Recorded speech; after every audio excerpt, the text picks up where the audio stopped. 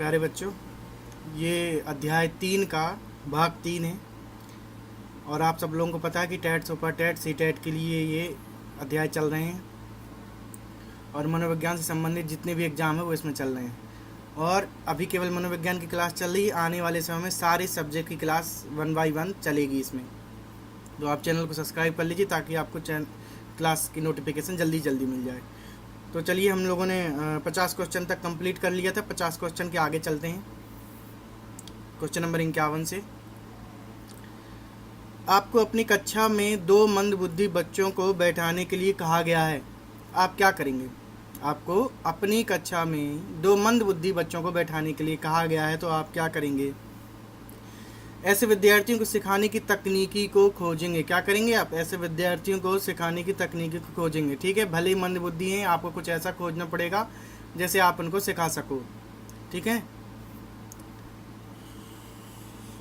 अगला क्वेश्चन, एक शिक्षक को साधन संपन्न होना चाहिए, इसका क्या अर्थ है? एक शिक्षक को साधन संपन्न होना चाहिए, इसका क्या अर्थ है? उनका अपने विद्यार्थियों की समस्याओं को हल करने का पर्याप्त ज्ञान होना चाहिए। उनका अपने विद्यार्थियों की समस्याओं को हल करने का पर्याप्त ज्ञान होना चाहिए। ठीक है, शिक्षक की देखिए यहाँ पे इंपॉर्टेंस बताई गई है। जैसा कि हमने आपको बताया था, पहले वीडियो में बता चुके हैं, जो भी सारा मनोविज्ञान अपन पढ़ रहे हैं वो टीचर्स के लिए है, ना कि स्टूडेंट के लिए। ठीक है, तो यहाँ पे ज़्यादा बातें शिक्षक की होंगी, लेकिन इंपॉर्टेंट बालक को दिया जाएगा, क्योंकि ये बाल केंद्रित शिक्षा होती है। बाल मनोविज्ञान बालक को केंद्र पे रखकर ही वो बनाया गया है। एक शिक्षक को साधन संपन्न होना चाहिए, मतलब एक शिक्षक के अंदर साधन संपन्न का मतलब समझ रहे हो? साधन संपन्न का मतलब एक शिक्षक के अंदर सबसे ज़्यादा खूबी क्या होना चाहिए, सबसे बड़ा गुण उसके अंदर क्या होना चाहिए? तो उसके अंदर सबसे बड़ा गुण होना चाहिए अपने विद्यार्थियों की समस्याओं को हल करने का पर्याप्त ज्ञान उसको होना चाहिए। अब जो स्टूडेंट्स हैं उसमें किसी प्रकार की प्रॉब्लम हो तो उनको मैक्सिमम सॉल्व करने की उनके जो है कैपेसिटी उनके अंदर होना चाहिए। क्वेश्चन नंबर 53, बच्चों में संवेगात्मक समायोजन किस में प्रभावी होता है? बच्चों में संवेगात्मक समायोजन किस में प्रभावी होता है? तो पहला, व्यक्तित्व निर्माण में, दूसरा कक्षा शिक्षण में, तीसरा अनुशासन में। ठीक है, तो बच्चे में संवेगात्मक समायोजन किस में प्रभावी होता है? व्यक्तित्व निर्माण में, कक्षा शिक्षण में और अनुशासन में। क्वेश्चन नंबर 54, कक्षा में विद्यार्थियों की रुचि बनाए रखने के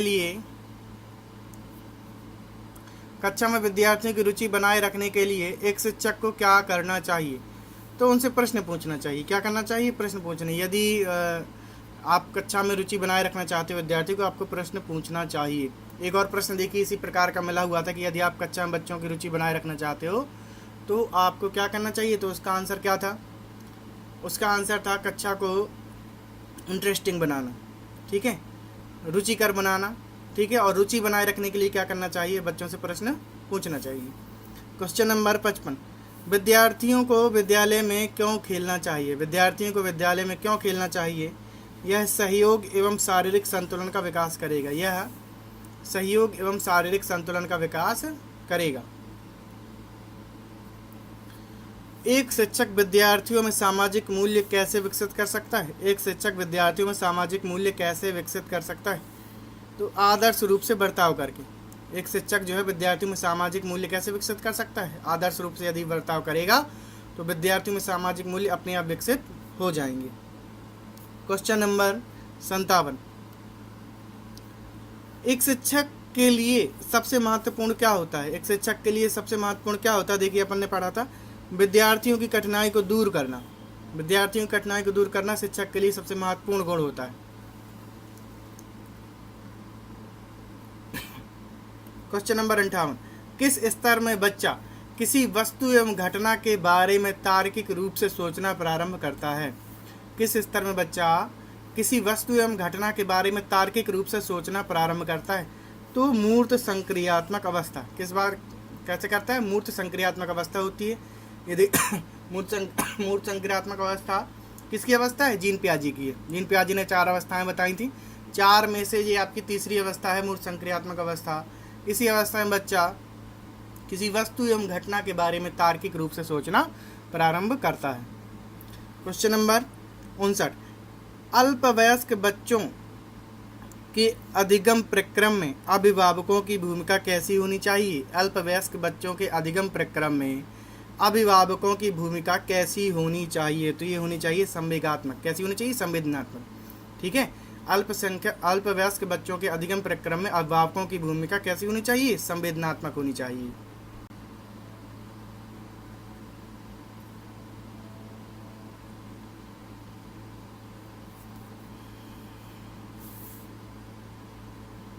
क्वेश्चन नंबर 60, बच्चों के संज्ञानात्मक विकास को सबसे अच्छे तरीके से कहाँ परिभाषित किया जा सकता है? बच्चे के संज्ञानात्मक विकास को सबसे अच्छे तरीके से कहाँ परिभाषित किया जा सकता है? तो विद्यालय एवं कक्षा में। तो विद्यालय एवं कक्षा में। क्वेश्चन नंबर 61, विद्यार्थियों द्वारा प्रश्न पूछने को किस रूप में विवेचित किया जा सकता है? विद्यार्थियों द्वारा प्रश्न पूछने को किस रूप में विवेचित किया जा सकता है? अनुप्रेरित शिक्षक के संकेत के रूप में। अनुप्रेरित शिक्षण के संकेत के रूप में। क्वेश्चन नंबर 62, बचपन का सांप्रतिक दृष्टिकोण की मान्यता क्या है? बचपन के सांप्रतिक दृष्टिकोण की मान्यता क्या है? तो बचपन वृद्धि एवं परिवर्तन की अनूठी अवधि है। ठीक है, सांप्रतिक दृष्टिकोण क्या है? बचपन जो है वृद्धि एवं परिवर्तन की अनूठी अवधि है। क्वेश्चन नंबर 63, एक प्रमाणीकृत पठन लेने के लिए 5वीं कक्षा को प्रस्तुत करने में शिक्षक को अधिकाधिक क्या परामर्श दिया जाता है? एक प्रमाणीकृत पठन परीक्षण लेने के लिए 5वीं कक्षा को प्रस्तुत करने में शिक्षक को अधिकाधिक क्या परामर्श दिया जाता है? तो परीक्षण में आने वाले समान प्रकार के प्रश्नों के उत्तर देने के लिए छात्रों को अभ्यास कराना। ठीक है, परीक्षण में आने वाले समान प्रकार के प्रश्नों के उत्तर देने के लिए छात्रों को अभ्यास कराना। क्वेश्चन नंबर 64, असंगठित घर से आने वाला बच्चा सबसे अधिक किस चीज़ में कठिनाई अनुभव करता है? असंगठित घर से आने वाला बच्चा सबसे अधिक किस चीज़ में कठिनाई अनुभव करता है? तो स्वतंत्र अध्ययन में। असंगठित घर से आने वाला बच्चा सबसे अधिक किस चीज़ में कठिनाई अनुभव करता है? स्वतंत्र अध्ययन में सबसे ज़्यादा कठिनाई अनुभव करता है। क्वेश्चन नंबर 65,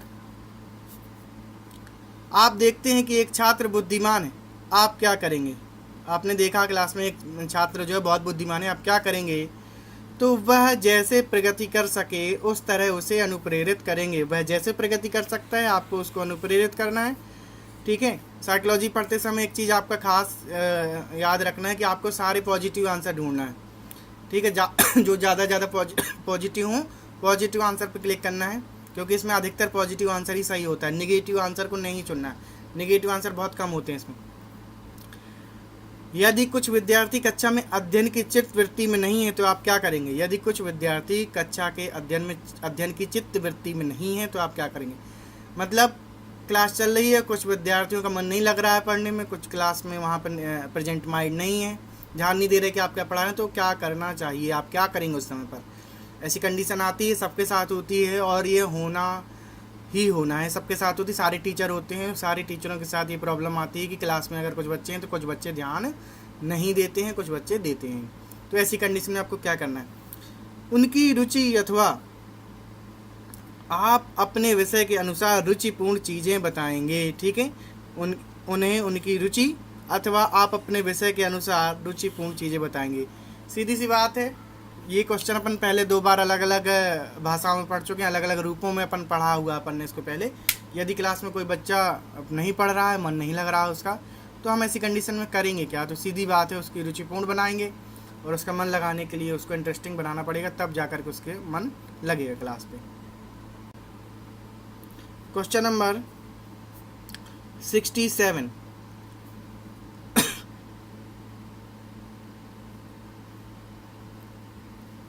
क्वेश्चन नंबर 67, श्यामपट्ट को शिक्षण साधन सामग्री के किस समूह के अंतर्भुक्त किया जा सकता है? ठीक है, श्यामपट्ट को शिक्षण साधन सामग्री के किस समूह के अंतर्भुक्त किया जा सकता है? तो दृश्य साधन। आप सभी जानते हैं कि जो श्यामपट्ट होता है दृश्य साधन होता है। ठीक है, और श्रवण साधन भी होते हैं, दृश्य भी होता है, तो ये आ जाएगा दृश्य में, जबकि आपका रेडियो आता है श्रव्य में, और टेलीविज़न दृश्य श्रव्य दोनों में आता है। ठीक है, तो क्वेश्चन नंबर 68, कौन सा शिक्षण कुशलता से संबंधित है? कौन सा शिक्षण कुशलता से संबंधित है? तो पहला श्यामपट्ट पर लिखना, दूसरा प्रश्नों को हल करना, तीसरा प्रश्न पूछना। ये तीनों कुशलता से संबंधित हैं, श्यामपट्ट पर लिखना, प्रश्नों को हल करना, प्रश्न पूछना। अगला क्वेश्चन 69, क्वेश्चन नंबर 69 है, किन विद्यार्थियों को कक्षा चर्चा में भाग लेने के लिए प्रोत्साहित किया जाना चाहिए? ऐसे कौन से विद्यार्थी जिनको कक्षा में भाग लेने के लिए हम क्या कर सकते हैं, प्रोत्साहित करेंगे? जो प्रश्न पूछते हैं। जो बच्चा प्रश्न बहुत पूछता है, ये समझ लो कि प्रतिभाशाली बालक है, इंटेलिजेंट बालक है। ठीक है, तो प्रश्न पूछना ज़्यादा बहुत इंपॉर्टेंट है। आपको इंट्रोवर्ट नहीं होना चाहिए, ना ही एक्सट्रोवर्ट होना चाहिए। आपको होना क्या चाहिए? ठीक है, ना तो आप अंतर्मुखी व्यक्ति अच्छा होता है, ना बहिर्मुखी अच्छा होता है, उभयमुखी अच्छा होता है। आवश्यकता पड़ने पर बोले, आवश्यकता पड़ने पर चुप रहे। ठीक है, तो जो जरूरी प्रश्न है उनको पूछना जरूरी है। क्वेश्चन नंबर 70, एक अभिभावक आपसे मिलने कभी विद्यालय नहीं आता है, आप क्या करेंगे? एक अभिभावक आपसे मिलने कभी विद्यालय नहीं आता है, तो आप क्या करेंगे? आप स्वयं उनसे मिलने जाएंगे। अगर कोई अभिभावक आपसे मिलने नहीं आ रहा, आपको स्वयं उनसे मिलने जाना चाहिए।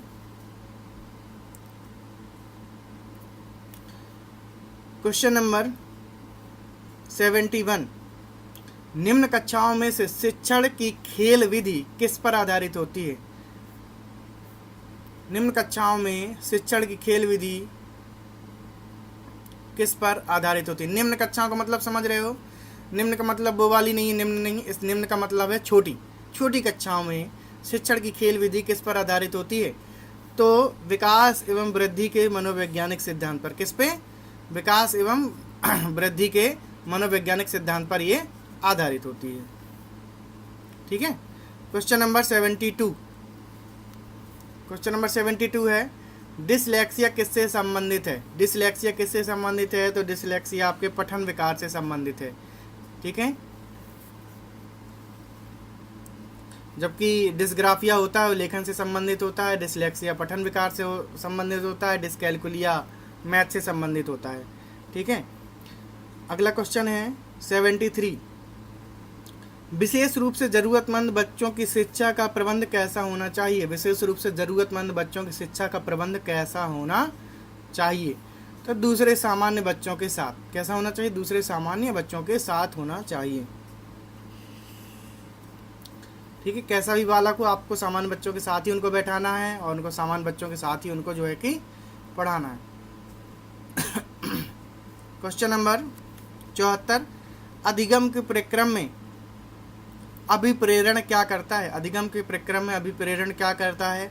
नए सीखने वालों में अधिगम के लिए रुचि का सृजन करता है। नए, ठीक है, अधिगम के प्रक्रम में अभिप्रेरण क्या करता है? नए सीखने वालों में अधिगम के लिए रुचि का सृजन करता है।